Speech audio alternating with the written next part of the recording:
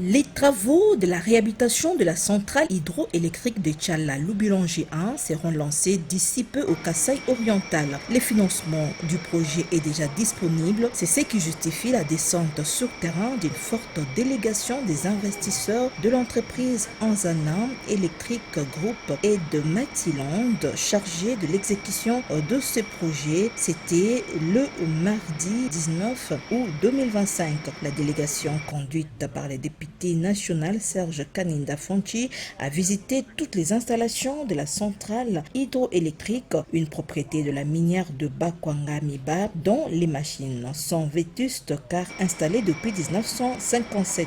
Avec une puissance installée de 7000 kW, la Loubilangi 1 ne peut produire à ce jour que 1500 kW, insuffisant pour desservir la population tout entière de Mbujimaï. Serge Kaninda, député national, explique la situation après avoir fait le rapport de terrain au gouverneur de la province du Kasaï oriental, Augustin Kayembe Moulemina. Le procès consiste en la réhabilitation du site de Tchala. Donc nous avons déjà la concession de Loubilangi 1, mais nous sommes intéressés à étendre cette concession sur les autres centrales également du site de Tchala. Donc nous sommes venus dire à l'autorité, faire le rapport de la visite que nous avons effectuée, la visite technique que nous avons effectuée hier sur le site, non seulement sur le barrage, mais sur l'ensemble des centrales, sur la ligne de transport également. Aujourd'hui, nous allons continuer la visite du réseau de la ville et ferons un rapport à la très haute autorité sur l'état de l'électricité de la province du Kasaï oriental et particulièrement la ville de Mbujimaï.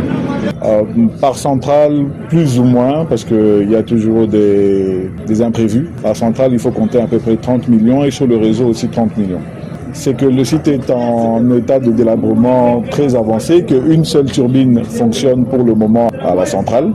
Donc Mbujimaï n'a que 1,5 MW à partager pour le moment. Donc il est très urgent de pouvoir commencer les travaux. On va monter la puissance jusqu'à 10 MW sur la centrale de Loubilangi 1 en priorité. Et puis la centrale de Loubilangi 2 aussi 10 MW. Anzana Electric est un groupe qui travaille essentiellement en Afrique. Ils sont au Malawi, ils sont en Zambie, ils sont au Burundi, avec des investissements supérieurs à 1,7 milliard de dollars sur la Zambie et le Burundi.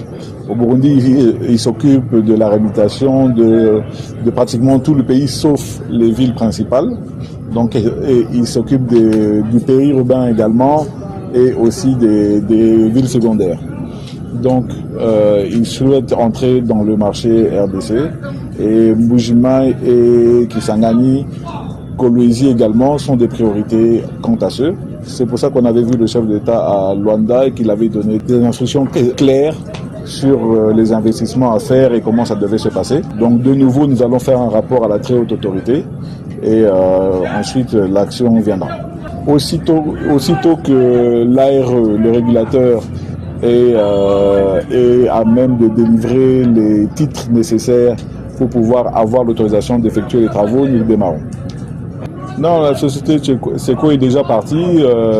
Le conseil d'administration de MIBA a déjà résilié leur contrat, puisqu'ils n'en avaient pas de toute façon. Et donc ils sont déjà partis, ils ne sont plus là.